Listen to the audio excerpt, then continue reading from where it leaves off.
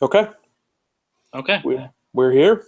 We are. This is the Big East Coast podcast. Our first edition in a little while, episode number 26. I believe we haven't podcasted since did we podcast before the NCAA tournament, or were we not able to? No, we didn't get that in. So That it was before the Big East tournament, so things are a little different. Yeah, the last time we were here, it was prior to the Big East tournament. So, as my colleague referenced, things are a little different around the conference and around the country, really, as NCAA tournament's first weekend came and went. And after starting with 68 teams last Tuesday, 1 week ago, we are now down to 16. And luckily for us and our sake, the conference is still alive. We've got two teams in it, and you already know who they are if you've been paying attention. So we don't need to probably not the ones you expected. We will kind of. I suppose we don't need to go through every game as we know what happened, but I think we can just try and pull the biggest storylines of the past few weeks off the page and into discussion here. I mean, you think about it, though, and really every game that the Big East has been in the NCAA tournament has had a pretty big storyline. I mean, Providence started off with blowing the big lead. Yep. Butler's first game. Actually, Butler is a big story in and of itself, which we'll get to when we talk about them and Xavier. Seton Hall had the garbage call, which I think over the course of the weekend you saw intentional fouls with no play on the ball probably 10 times, and it was called a flagrant once, and it was right there. Yeah, Seton Hall's incident was a bigger extension of an entire storyline over the weekend that the officiating was, for the most part, pretty awful. Yeah, it was bad. I think Marquette. There's not a huge storyline with Marquette. I think. I guess the storyline was that they were essentially playing a road game, but that was for circumstances that were certainly out of their control. Yeah, out of most teams' control, if not all teams' control. So you had Marquette. I mean, they were kind of the lowest on the totem pole, but they did wind up losing to a team that's going to the Sweet 16. So I suppose there's no real shame in that. And then you had Villanova and their hiccup, which we will certainly get to in a little bit. Just a horribly underseeded Wisconsin team. It was a pretty underseeded Wisconsin team, but they certainly didn't help themselves during the game either.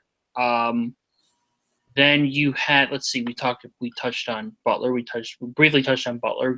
We'll talk about Xavier, obviously, and Butler and Xavier, of course, are the teams representing the conference in the Sweet 16. And I think that's it. Is that it? Providence, Villanova, Seton Hall, Marquette. Creighton, yeah. Their game was weird because they really never got into their, Creighton type of mode. And Rhode Island kind of stymied them. They did get a 4-star center the other day, though, so that was good. They did. So away from the court, they were able to pick up a win. But I suppose let's just start off the bat with Butler and Xavier. Bulldogs and the Musketeers are headed to the Sweet 16. Once again, Butler making it for the first time since 2011. You may remember what happened that year with the Dogs making their second consecutive Final Four that year and being part of arguably the worst national championship game in modern history. Yeah, if you just stop your memory after the Final Four, then you're probably good. Yeah. And then we have Xavier making it for the fourth time under Chris Mack. The Musketeers defeated the Maryland Terrapins in the first round in a pretty well-played game that was a little bit back and forth before Xavier wound up pulling away. And then they just decided to curb stomp Florida State in Orlando. They wound up beating them by, I believe, at least 25 points. I think it was 91-66. Yes, it was 91-66, so they did win by 25. And they pretty much was never close. Yeah, they didn't trail for the last 38 minutes. Yeah. So, which, I mean, all you had to do in that game was bet on Chris Mack out-coaching Leonard Hamilton, which, I had Xavier in the Sweet 16. Yeah, I mean, so did I, and they're not a normal, ordinary 11 seed, even though the 11 seeds of lately are becoming like the 12 seeds were to the 5s, in that they seem to be being a pest to the 6 seeds. Maybe not so much the 3 seeds, but beating a team by 25, that's gonna get some attention. Yeah, I mean, in Orlando to beat Florida State, it was as much of a home game as Marquette, South Carolina playing, in Greenville, but of course not. And I don't know. I don't know what the ratio was of fans there. I'm not sure, how dialed in Tallahassee is for FSU basketball compared to FSU football. It's certainly prominent, but like you said, it wasn't like what happened in Greenville or what would happen, if they were in, say, trying to throw an example here. Okay, let's say that they were in like Kansas City with Kansas playing or something. Yeah. No, I mean, I certainly think that the majority of the fans in Orlando were probably Gator fans, but, still, you had your share of Florida State fans there. Yeah, credit given where credit is due for Xavier for being able to. Also, 8 straight wins in Orlando for Xavier. Yeah, that's kind of their second home now. Which, all things considered, having Orlando being your second home, you could have worse places. There's certainly plenty of attractions in the Orlando area. Yeah. And, we'll get back to Butler in a minute here, but I do just want to talk about, it's the guys that Xavier is getting this scoring from that's really been surprising to me. I mean, Sean O'Mara against Maryland probably had his best game of the year. Yeah. Kaiser Gates has been big. Tyreek Jones was huge in both games. Obviously, Trayvon Blewett in that first game. But, yeah, it hasn't just been, Blewett and Makura and, everyone else just there. Everyone's actually contributing. I think Sean O'Mara might have even done, both games. He was pretty present. Yeah, our friends at Banners on the Parkway made a post about O'Mara's emergence back on the today, I should say, which we have on our Facebook, by the way, if you haven't seen it. It's there for you to read it. Talking about O'Mara's emergence, and looking at it, I want to pull off a bit here. O'Mara's mostly not been turning the ball over, and according to them, it says that in 42 minutes of NCAA tournament time, Sean's coughed up the ball just once. Yeah. So, and it goes on. Well, actually, I should say before that, his turnover rate peaked at over 20% during the season, acceptable in a point guard. That's terrible for a post player for whom each touch is precious. So that seems to be one of the big reasons that he's emerged, plus his shooting percentage, or field goal percentage, I should say. It says he's shooting 80% from the floor and 87.5% from the line. Those numbers now encompass 15% of his shots and nearly 33% of his free throws on the season. Well, yeah, and before the game with Maryland, I did the Q&A with Testudo Times, and they're like, Maryland's weakness is kind of, that defense down low. If Xavier has, an offensive big man, they could exploit that. And I mean, I didn't think Sean O'Mara was going to be able to. Certainly not to come out and score 18 points. Yeah, and you kind of started noticing him starting to get it going in the Big East tournament even before, the NCAA tournament time showed up. Scored 8 in the win over DePaul, then scored 10 in the win over Butler. Only scored 6 in the game against Creighton, but made all of his shots that night. He went 3 for 3. So while the sample size is pretty low, he, for whatever reason, whatever's gotten into him since Big East tournament time started, Xavier will take it. Yeah, and his reward is Lauri Markanian and Dusan Ristic. Yeah, he's probably going to have his hands full a little bit with the size and athleticism that U of A is going to be bringing to the table. But to be fair, it's not like Florida State didn't have size. No, that. I mean, Florida State's effective height per KenPom is number 2 in the nation. I mean, FSU has 6'10" Jonathan Isaac, who's heading to the NBA this year. They have 6'9" Jerquez Smith. They have 7'1" Michael Ojo, or whatever his name is, who wears a size 22 shoe. Big dude. Yeah, almost ran over our colleague Mike Hopkins once. Yes, not Washington coach Mike Hopkins. Not Washington coach Mike Hopkins. Not former Syracuse heir apparent Mike Hopkins, but our Mike Hopkins. And in addition to that, FSU also has someone who's 7'4". Yeah. It's not. Yeah, no, I mean, O'Mara, has been facing scrubs at all. I mean, he's been able to do this against some of the best athletes in the country. Yeah. And also against DeMonte Dodd of Maryland too. So. Yeah. So he's been tested, but like you said, that's his reward. He gets to face Markkanen and whoever else U of A has on Chance Comanche is in there too. Yeah. They got some guys, and we'll preview that in a little bit. But we will. Just want to get to Butler, which their games have been a little bit more boring because they literally have not trailed. Yeah, Butler was able to go into Milwaukee, lead from the jump against Winthrop. Were hardly tested except for a few minutes, I believe, like right around the middle of the game or so. They were able to make it somewhat interesting, but not really. The win probability graph for Butler is almost a straight line on their side at the bottom. Yeah, so, it was lowest at tip-off. So yeah, and then for Middle Tennessee, it was lowest at tip-off. So it was, and Butler. I think the biggest accomplishment for Butler in that Middle Tennessee game was their defense, especially on Giddy Potts, who was held scoreless. Yeah, 35 minutes of play. You don't normally see that from Potts, who had dropped 15 points in the win over Minnesota, and had also dropped 30 against Marshall in the Conference USA Tournament final. So yeah, and I'm pretty sure Butler would have done this against Minnesota too. Oh yeah, I mean I don't think that this was just because they were playing Middle Tennessee, and even when you say that, it's like Middle Tennessee is a really good team. Oh yeah, I think they were ranked at the end of the year. Yeah, they were. I believe right if they weren't number 25, they were hovering around that area. This was a team that coming into the NCAA tournament, they had won 1, 2, 3, 4, 5, 6, 7 their last 7 regular season games, then won the Conference USA tournament. So they had 10 straight wins going into it. They beat Minnesota by 9. Looked like they were going to be the trendy upset pick to get to the Sweet 16, but Butler pretty much just said, nope. Yeah. Not happening.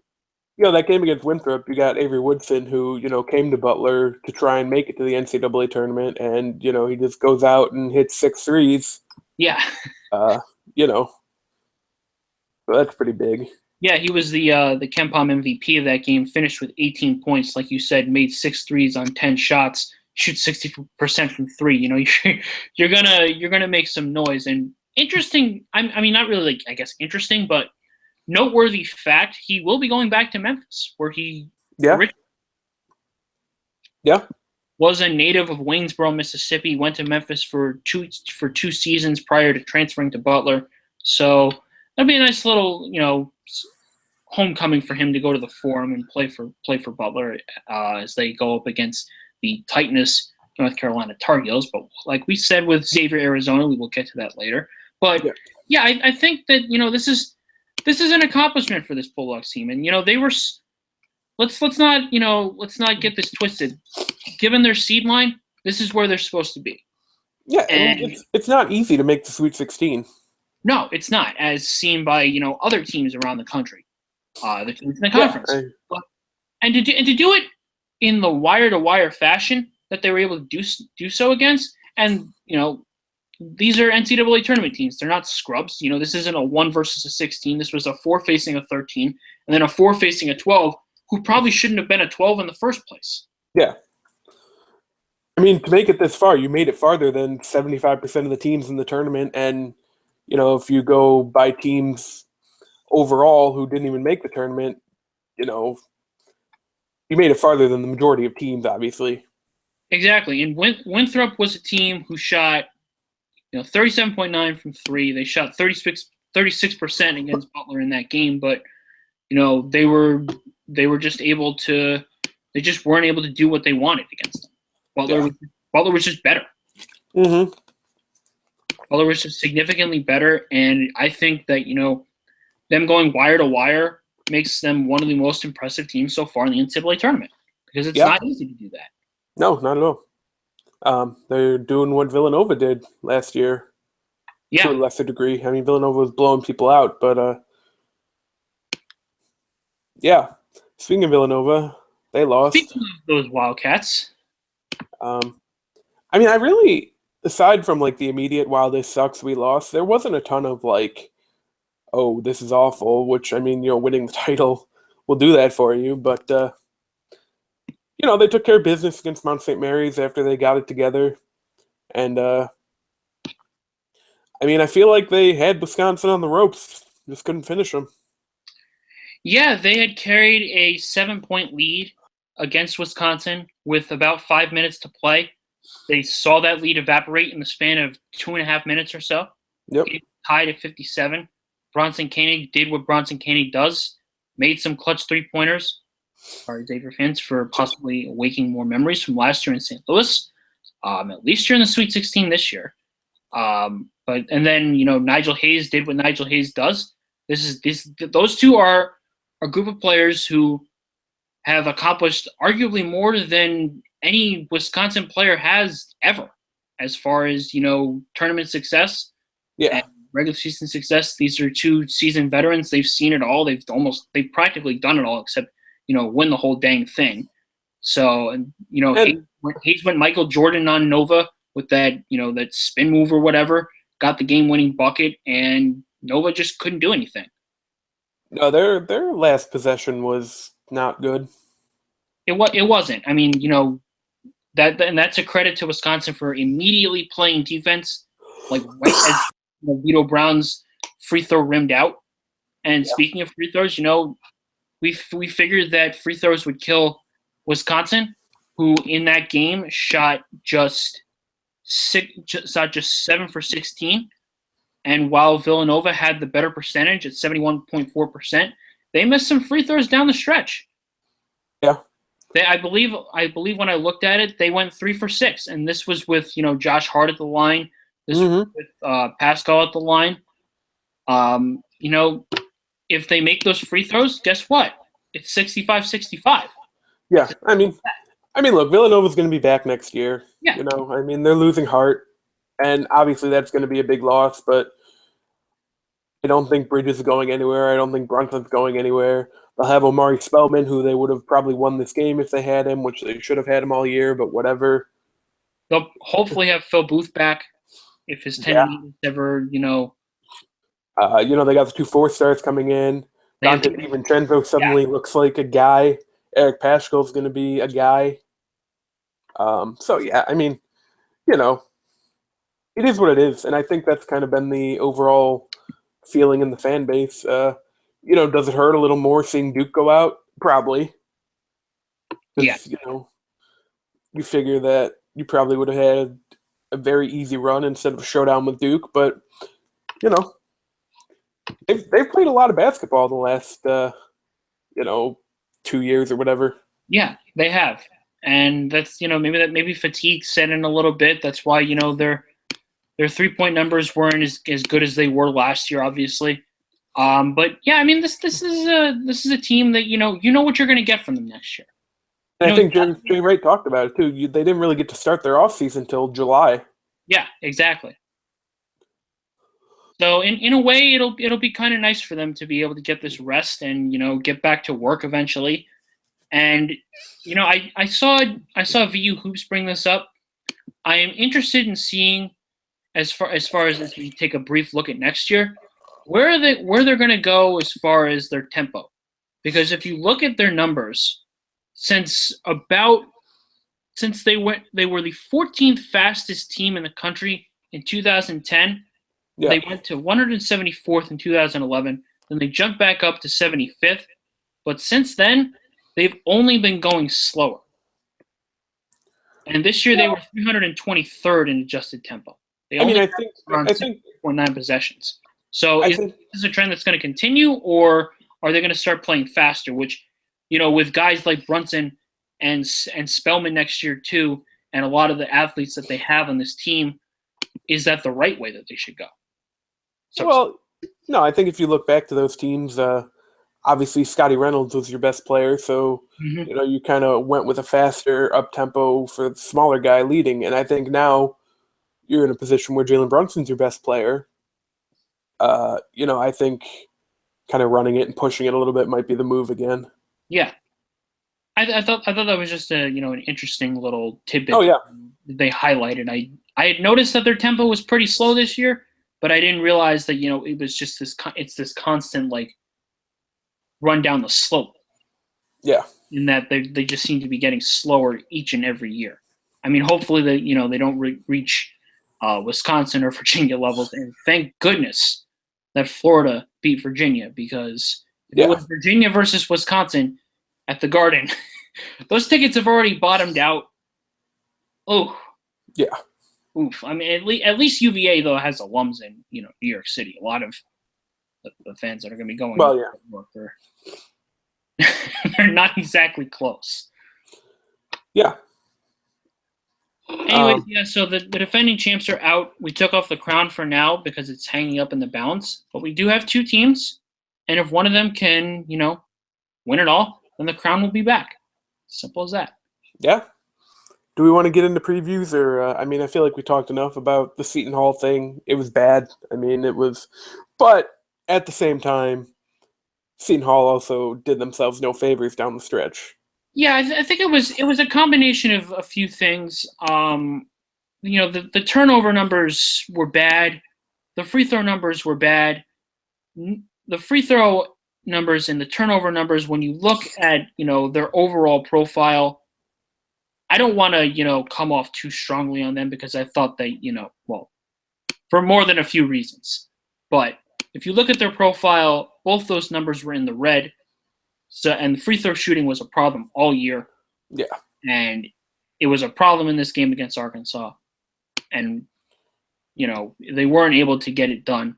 But they certainly played very well in that game. If not for those, the missed travel call that was incredibly obvious, like I had alluded to. That might have been worse than the foul call. It was literally like a running back catching a ball in the flat, looking upfield, juking, and then running. Like, you gotta call that, especially when you call the travel on Kadeem Carrington on the possession just before.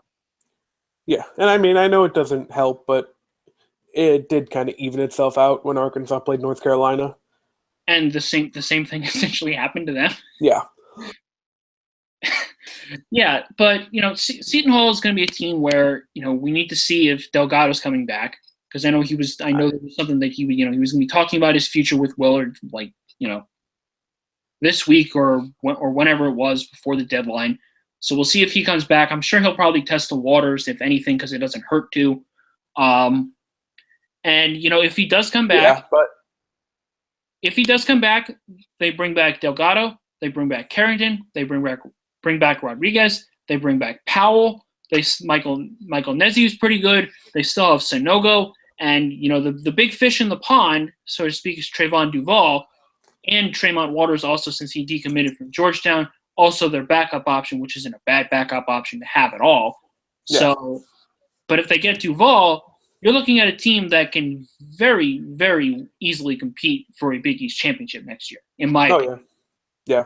Duval's the top point guard in the country and is an exceptional player. So we'll be looking to see if Seton Hall can land him. I believe is Oklahoma in for him, or no? Because they got Trae Young. That's right. Did they actually get Trae Young though? Because I think they did. I know he was tweeting back and forth with Michael Porter the other day. Yeah, because I know. Well, he was doing that because there's also rumors that Porter might go to Oklahoma. So. Yeah, that's gonna be an interesting situation. That's gonna be a very interesting. But yeah, Trae Young did go to Oklahoma. He hard committed back in February. So. Okay. I was thinking. So. Yeah, so Duval and Tremont Waters are probably the targets for Seton Hall. Obviously, Duval's their top guy right now. Yeah. So it all hinges on that. If they can't, then we'll see where Willard brings this team. But all in all, a pretty solid season for Seton Hall. Making the NCAA tournament back-to-back years is an accomplishment. Yeah, they haven't done it for Yeah, since the early '90s, when the final year of the PJ Carlissimo era.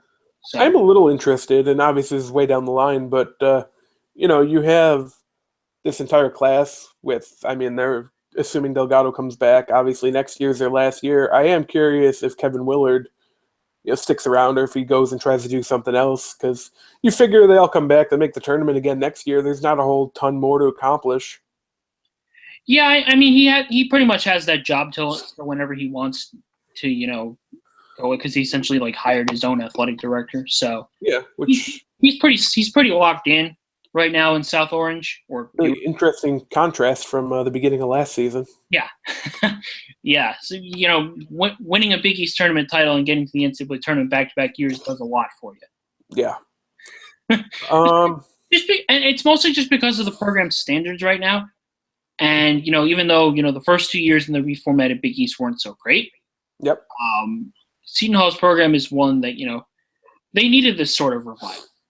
Because, in the late 2000s and early 2010s, when they were bogged down behind all the rest of the Titans in the Big East Conference as it was, the ones, who made it a conglomerate, they weren't able to, get their head back up. But they've been able to now, and they've been able to succeed pretty well. So yeah, and I mean, New Jersey's one of those places where there's a lot of high school basketball talent. Oh yeah, there's so much talent in New Jersey. And to Willard's credit, he's been able to pick up talent in New Jersey, go across the Hudson, pick up talent in New York, because that's the game you got to play here. That's absolutely the game you got to play here when you're in this area. You can go national. You can go for a guy like Duval, who he is originally from New Jersey, but he obviously doesn't play here anymore. But I mean, all in all, Seton Hall, pretty good year. Sour finish, unfortunately, and their main, their chances of contending again hinge on Delgado coming back, and to make the things a little bit sweeter for them, possibly landing Trayvon Duval. Yeah, and I think what you said about pretty good season with a sour ending, you could apply that to Creighton as well. Oh yeah, they're obviously that's a different beast, but yeah, that was a disappointing finish for them, to say the very least. Yeah, I mean, I think the biggest thing is Justin Patton really never got going, which didn't help. Marcus Foster was all right, but he couldn't do it all. I think something we should talk about, though, Ronnie Harrell, between the game against Villanova and this game, I mean, he looked like a guy who could really just do everything. Yeah, Harrell really came on strongly over the past few games, despite having a lot of DMPs this year. But, lately, he really, really was able to succeed, which is a very nice bright spot for them going forward. And I had talked about this yesterday on 1620 with Damon Bennett, with Benning and Sharp, or Sharp and Benning, I should say.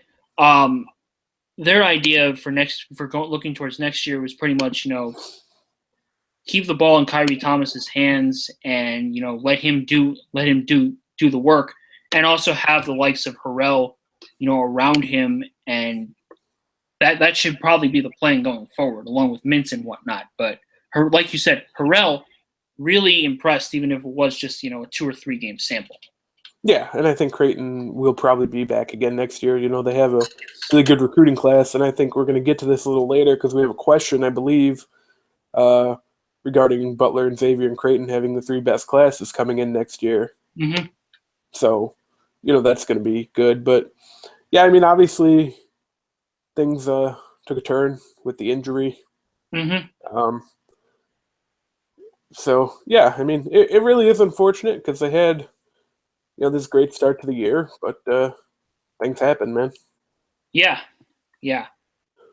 Who else? Providence we talked about. I mean, Providence just getting to the first 4. I know they lost, but still, I mean, that's an accomplishment. Oh yeah, absolutely. Especially considering where they were at one point at 4-8 on February 8th. to rattle off 6 straight.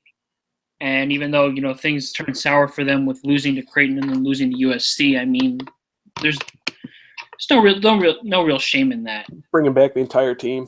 Exactly, yeah. I mean, they're legitimately bringing back everybody.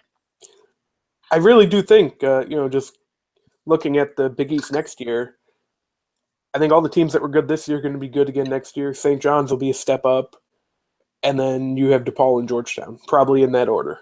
Yeah, I agree. So I think this is a league that can get 7 very easily again next year, and not just and not have teams that are hopefully, well, for their sake, anything can happen, but not teams that are necessarily injury riddled or shells of themselves. These are teams that can make things happen in March again. Well, yeah, and again, we'll get into this when we talk about Xavier's game with Arizona, but they're going to bring back the majority of their team, including maybe Trayvon Blewett. And maybe Edmund Sumner. And, that's what I was going to say. Sumner is definitely sounding like he's going to be back. Yeah. It's just a matter of when. Which, if you get him back for, say you have Quentin Gooden run the point in the non-conference, he's proven that he is perfectly capable.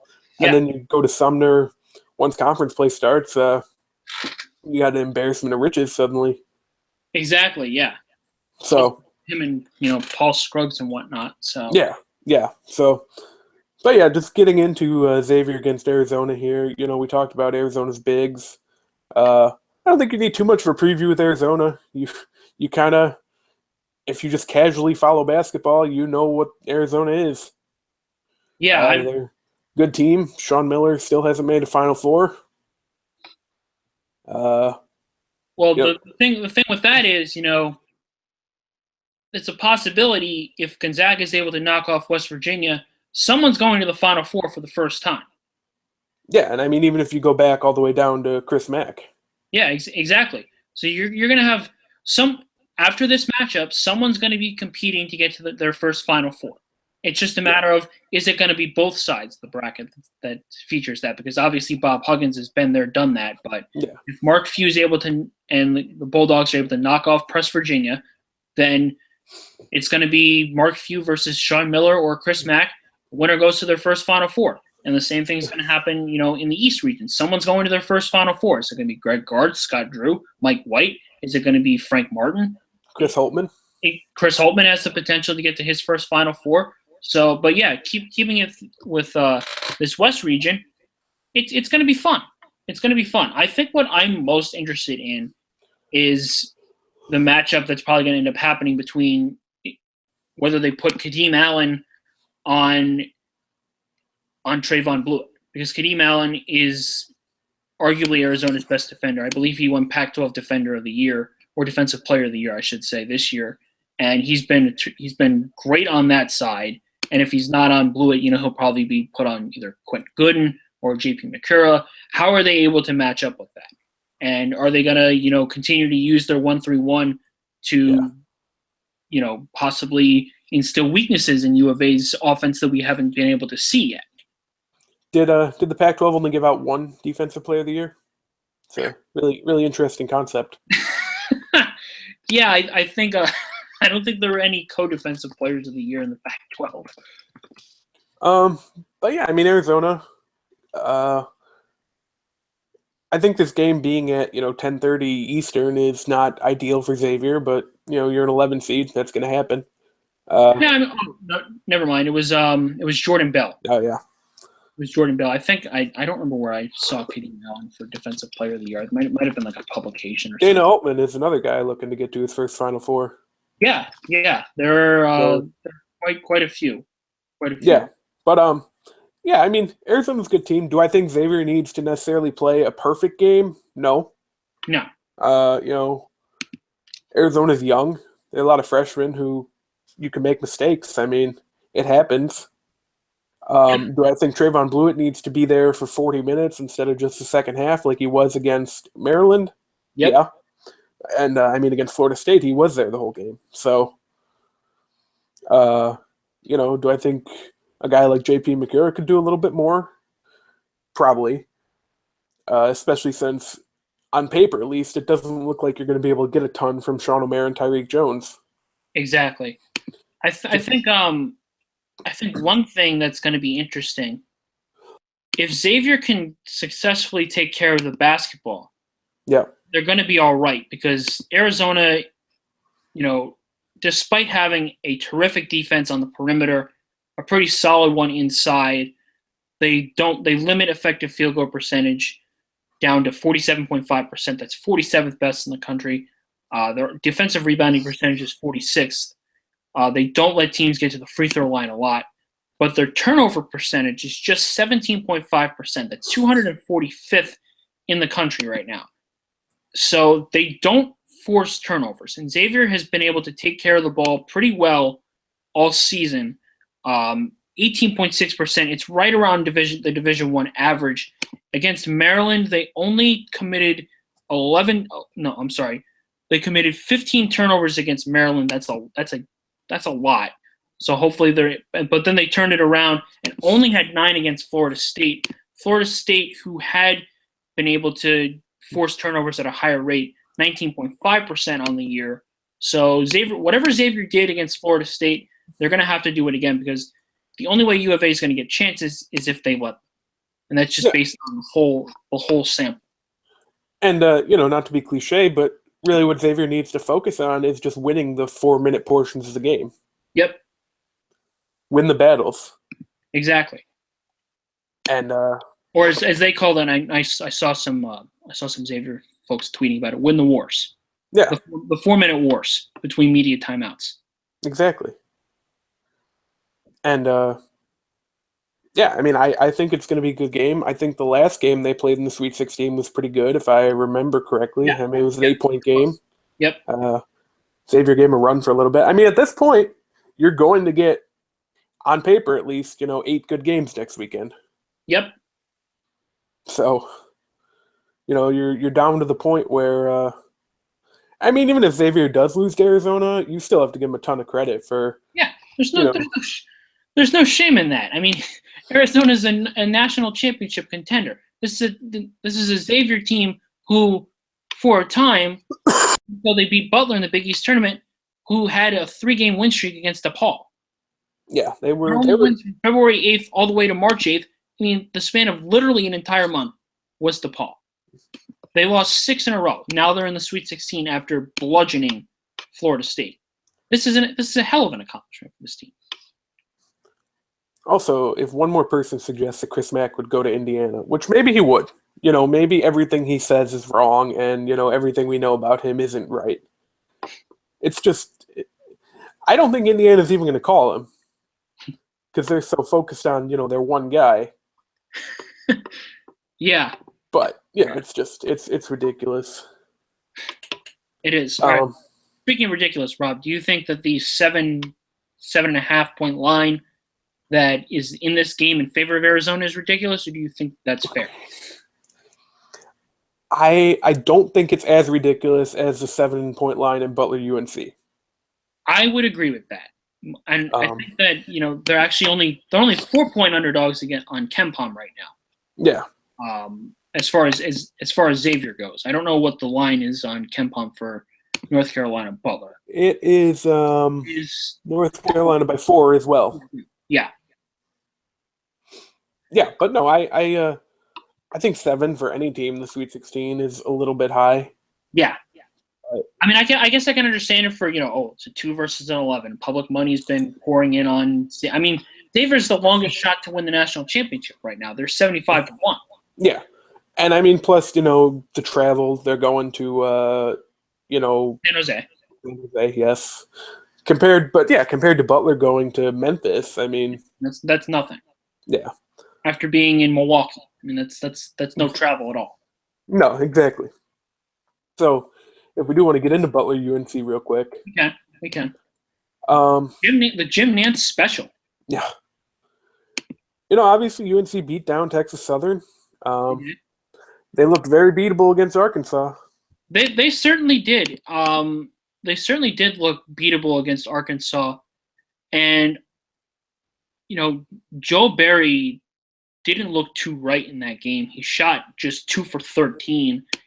I don't think he's going to be able to get away with that again. No. I really don't think that, the winning formula also has Isaiah Hicks only scoring 9 points. They have to get more out of them. Otherwise, Butler can very easily beat them. Which, part of the problem, though, they're big and Butler is not so big. That is very true. North Carolina trotting out guys like 6'8" Justin Jackson, 6'10" rather Kennedy Meeks, 6'9" Isaiah Hicks, 6'11" Tony Bradley, who only got 12 minutes in the game, but still 6'8" Luke May, who got 10 minutes of action the other night. So yeah, that's the main issue. North Carolina is big, Butler not so much. Their average height 77.9 inches, 37th in the country. Butler's is 76.5 inches, 214th in the country. Yeah. So what you got to do is keep them off the glass, and yeah, that's obviously not so easy. To Butler's credit, their defensive rebounding percentage this year is 26.8, 68th best in the country. Yeah. So they have been able to limit teams' chances, but on the other hand, they're going to have to earn it because North Carolina is the top offensive rebounding team in the country based on offensive rebounding percentage. Yeah. Looking at North Carolina, they're a touch below average at defending the three-pointer. So maybe you get Avery Woodson some looks outside early on, set a tone. Mm-hmm. They don't force a lot of turnovers. They're more towards the average than they are towards, being good at forcing turnovers. Yeah. So, and Butler is a team that they take great care of the basketball. They have the 10th best turnover percentage on offense in the country, so they only cough the ball up 15.1% of the time. In their wins against Middle Tennessee and Winthrop, they turned the ball over 10 times against the Blue Raiders and just 12 times against the Eagles. So just 22 turnovers in 80 minutes of action. That's not awful. And I'm comfortable saying, not that it necessarily matters, last time Butler played North Carolina, they had a far less talented team, and North Carolina had a far more talented team. That is correct. And that was under Chris Holtman, I believe. It was. Yeah. That was in Atlantis. Yep. Marcus Page and Bryce Johnson. And so, yeah, again, you're at this point. It's hard to predict the games in general, but would it surprise me to see Butler knock off North Carolina? No, not really. I have a take. A take. I think it's going to be easier for Butler to knock off UNC than it is Kentucky or UCLA. I think I agree if it's UCLA, just because Butler's defense has been a little bit shaky at times. They've really kind of evened it out over the last couple games, but we saw what UCLA was able to do to Cincinnati defense. Yeah, since Cincinnati's defense got gassed eventually, and UCLA was able to take over pretty much. But I think so. Basically, what I'm saying is Butler's ceiling is the Elite Eight. Yeah, I do think they could steal one against Kentucky. Yeah, but yeah, I don't know if I'd like them against UCLA, which is kind of crazy because UCLA really doesn't seem like they're that good. But you have to give them credit where credit is due. They've been able to play exceptionally well. Yeah, no, they have. Yeah, so that's that. Obviously, we can't preview the Elite Eight yet. But you'll be able to find, as we mentioned, Xavier's game is at Thursday night, 10:30. Brian Anderson is on the call, along with Chris Weber and Danny Jacobson doing sideline reporting. And Friday night, Butler UNC is the first game on CBS in Memphis. The Jim Nantz special, meaning we'll be getting Nantz, Raft, Grant Hill, and Tracy Wolfson. So should be a fun show. Yeah. Not the fabulous Forum out in Inglewood, but the FedEx Forum in Memphis. Yeah. Which is bad. I think we have questions. Should probably get to those. Yeah, we do have several questions, I believe. So let's get to those questions. If you want to pull those up. I can. Let's see. Anything else happened this week? Going back to the Big East tournament, Chris Mullen almost fought the entire Georgetown bench. He did, and Dwayne Wilson transferred. Oh, yeah. Yeah, Dwayne Wilson. That was yesterday. Yeah, and based on the reactions from Marquette people, they're okay with it. Yeah. So, wish him well. all that.